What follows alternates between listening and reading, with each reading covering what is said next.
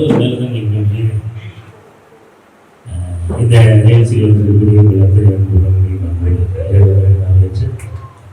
இன்னைக்கு வந்து life time தானே, life line life line. Okay okay, அப்படியே பொருளாக போகிறதானே என்ன பண்ணுறதுன்னா நிற்காம ஓடணும். ஏன்னா முடியக்கூடாதுல்ல. நல்லா இன்றைய தினம் ஹீரோவாக அறிமுகமாகக்கூடிய அன்பு சொல்கிறார். அதான் ஹீரோ, அதான ஹீரோ. ஆமாம், அதாவது செகண்ட் ஹீரோ அப்படிம்பாங்க. எத்தனை செகண்ட்ல கேட்குது ஹீரோனா ஹீரோ தான். அதனால அன்பு சகோதரர் சேக் அவர்களுக்கு அவருடைய கைகளை தட்டி உற்சாகமாக லைஃப் டைத்தை ஸ்டார்ட் பண்ணிடுவோம். லைஃப் லைன் மூலமாக லைஃப் டைமுக்கு அச்சீவ் பண்ணணும். அவருடைய வாழ்த்துக்கள்.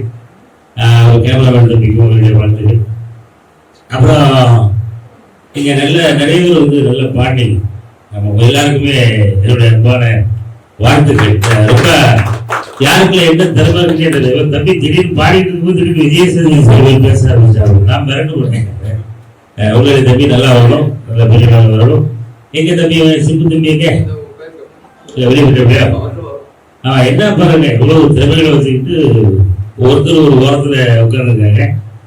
இந்த 2025 வந்து இதே போல நிறைய திறமைகளோடு அதை வெளிக்காட்டுறதுக்கு நேரம் இல்லாம இருக்கக்கூடிய இன்னும் பல கோடி பேர் அவர் எல்லாருக்கும் வரணும். எல்லாருமே வந்து இன்னும் திரைத்துறையில வரணும்.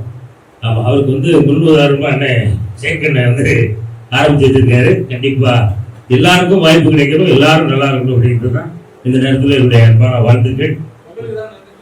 எனக்குமா உண்மையிலே இந்த நிகழ்ச்சியில் வாய்ப்பு அளித்தேன் அண்ணனுக்கு என்னுடைய அன்பான நன்றி. அதே போல மேடம், ஆமா இப்போ வந்த பிறகு தான் அண்ணன் சொல்லி எனக்கு தெரியும். ஏன்னா நான் இங்க வீடு இந்த பக்கத்துல தான் இருக்கு. இந்த வழியா டெய்லி போயிட்டு தான் வந்துருக்கேன். அவங்க உங்களுடைய ஸ்டுடியோவில் இருக்குங்கிறது சத்தியமா எனக்கு தெரியாது. எனக்கு அண்ணன் காமிச்சு கொடுத்தேன், எனக்கு நன்றி. அண்ணனுடைய பாடல்லாம் வந்து காக்கி சட்டை போட்டு வச்சேன்னு பாட்டு நீங்க சொன்னீங்கல்ல. அதுக்கு முன்னாடி இன்னொரு பாடல் எனக்கு ரொம்ப சின்ன பிள்ளையா இருக்கும்போது கேட்டிருக்கேன். பூச்சிட்டு குருவிகளா புதுவிட்டு தருவீங்களான்னு ஒரு பாட்டு அதப்பா பண்ணதுல. அப்பா நிறைய பாடல்கள்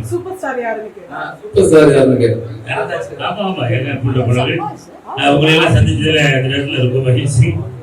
ஆமா, ஐயாலாம் இப்படி பார்க்கும்போதே எஸ்பிபி ஐயாவை நேரில் பார்த்த மாதிரி ரொம்ப அருமை. எல்லாருமே பாடிய எல்லாருக்கும் வாழ்த்துக்கள். அதே போல நம்ம ஹீரோயினுக்கு என்னுடைய அன்பான வாழ்த்துக்கள். நம்ம டெலிஃபோன் ராஜனை எழுதி வந்திருக்காங்க. Hi, this is Deepa. And life line movie அந்த ஸ்டோரியே வந்து ரொம்ப டிஃப்ரெண்ட்டாக இருந்தது. யூஸ்வலாக ஆம்புலன்ஸ் ஒரு ஹாஸ்பிட்டல் அது பேஸ்டு தான் இருக்கும்.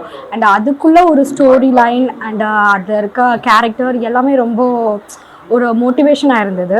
அண்ட் இந்த ப்ராஜெக்டில் நான் ஒர்க் பண்ணுறதுக்கு ரொம்ப ஆப்பர்ச்சுனிட்டி கொடுத்த சாருக்கு ரொம்ப தேங்க்யூ.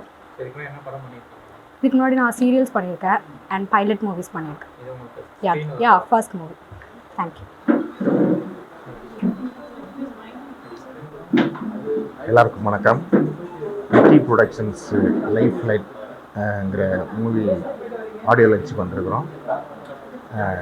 கதாநாயகன் வந்து ரெயின்போ ஷேக் அவர்கள். மிக திறமையான அந்த சாங்கை பார்த்தேன், ரொம்ப அருமையாக இருந்தது. ரொம்ப நல்லா பண்ணியிருக்காங்க. கதை வந்து ஒரு உண்மை சம்பவத்தை வச்சு ஒரு கதை பண்ணியிருக்காங்க.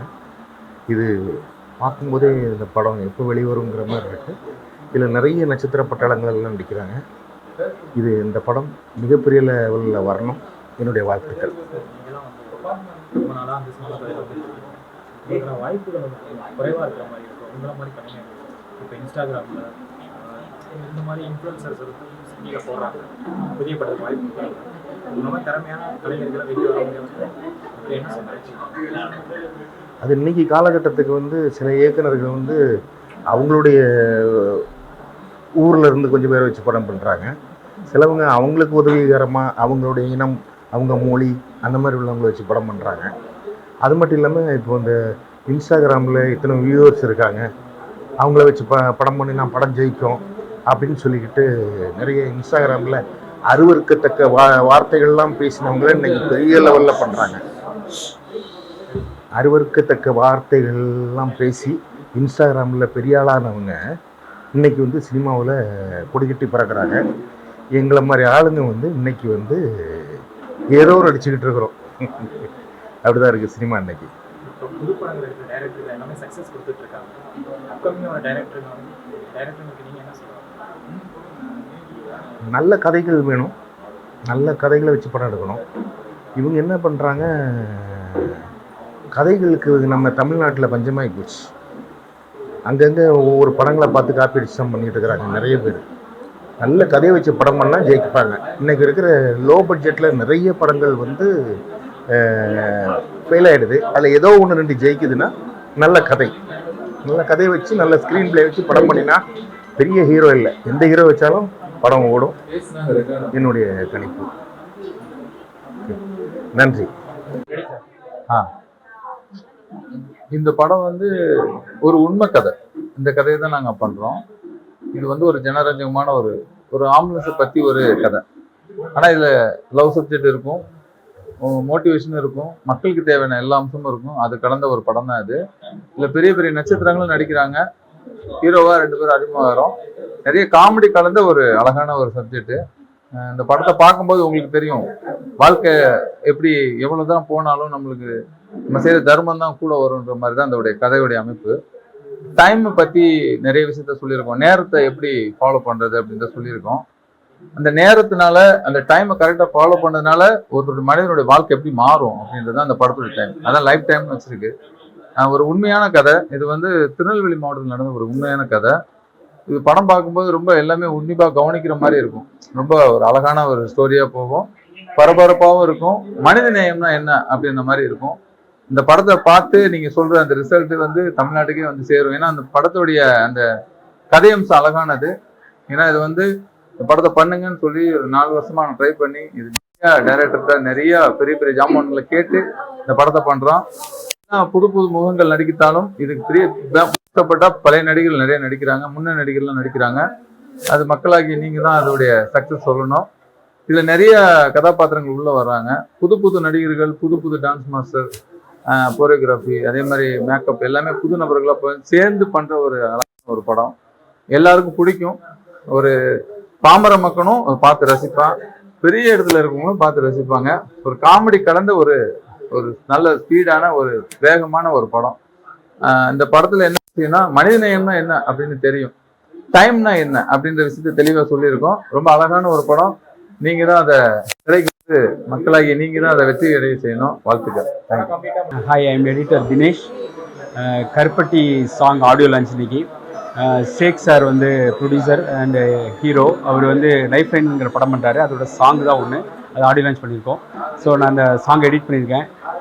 பாட்டு ரொம்ப நல்லா வந்திருக்கு. படமும் வந்து கதையும் நல்லா இருக்குது. படமும் நல்லபடியாக வரும்னு நினைக்கிறோம். நீங்கள் எல்லோரும் சப்போர்ட் பண்ணுங்கள். படம் வச்சு வர வாழ்த்துக்கள். இல்லை, படம் பண்ணியிருக்கேன். நான் நந்திவரம்னு ஒரு மூவி எடிட் பண்ணியிருக்கேன். அதுக்கப்புறம் கோம்பைக்காடுன்னு ஒரு படம் பண்ணியிருக்கேன். இப்போது புகழ், விஜய் டிவி புகழ் அவர் வச்சு ஒரு மூவி போய்கிட்டு இருக்கு கரண்டாக. ஸோ 4வது படம் ஒன்று ராபர்ட் மாஸ்டர் வச்சு ஒரு படம் போய்கிட்டு இருக்கு. ஸோ டைட்டிலாம் வந்து நம்ம பதிவு பண்ணாதனால சில இதெல்லாம் ரிலீஸ் பண்ணல. நன்றி. ஹாய், ஹலோ, எல்லாருக்கும் வணக்கம். நான் முகமது சபி என்கின்ற யாஷ். இந்த படத்தோட one of the choreographer and cum actor. இது வந்து பார்த்திங்கன்னா இப்போ ஆடியோ லான்ச்சுக்காக நம்ம வந்திருக்கோம். இப்போ வந்து கருப்பட்டியோட சாங் தான் இப்போ வந்து லான்ச் பண்ணியிருக்கோம். இப்போ கூடிய சீக்கிரத்தில் அடுத்த லைஃப் லைனுங்கிற மூவியை நம்ம எல்லாமே வெள்ளித்திரையில் நம்ம வந்து சந்திக்க போகிறோம். பார்க்கலாம். மறக்காம எல்லா தேட்டரில் வந்து பாருங்கள். உங்களுக்கு இந்த படத்தோட லைஃப் லைனுங்கிற ஒரு இதே வந்து டோட்டலாக உங்களுக்கு பிடிக்கும். Have a good day and thank you so much. All the success for everyone. And thank you so much for Sheikh sir and given the opportunities. Thank you. Hi, hello, எல்லாருக்கும் வணக்கம். நான் முகமது சபி என்கின்ற யாஷ். இந்த படத்தோட one of the choreographer and cum actor. இது வந்து பார்த்திங்கன்னா இப்போ ஆடியோ லான்ச்சுக்காக நம்ம வந்திருக்கோம். இப்போ வந்து கருப்பட்டியோட சாங் தான் இப்போ வந்து லான்ச் பண்ணியிருக்கோம். இப்போ கூடிய சீக்கிரத்தில் அடுத்த லைஃப் லைனுங்கிற மூவியை நம்ம எல்லாமே வெள்ளித்திரையில் நம்ம வந்து சந்திக்க போகிறோம். பார்க்கலாம். மறக்காம எல்லா தேட்டரில் வந்து பாருங்கள். உங்களுக்கு இந்த படத்தோட லைஃப் லைனுங்கிற ஒரு இதே வந்து டோட்டலாக உங்களுக்கு பிடிக்கும். Have a good day and thank you so much. All the success for everyone. And thank you so much for Sheikh sir and given the opportunities. Thank you.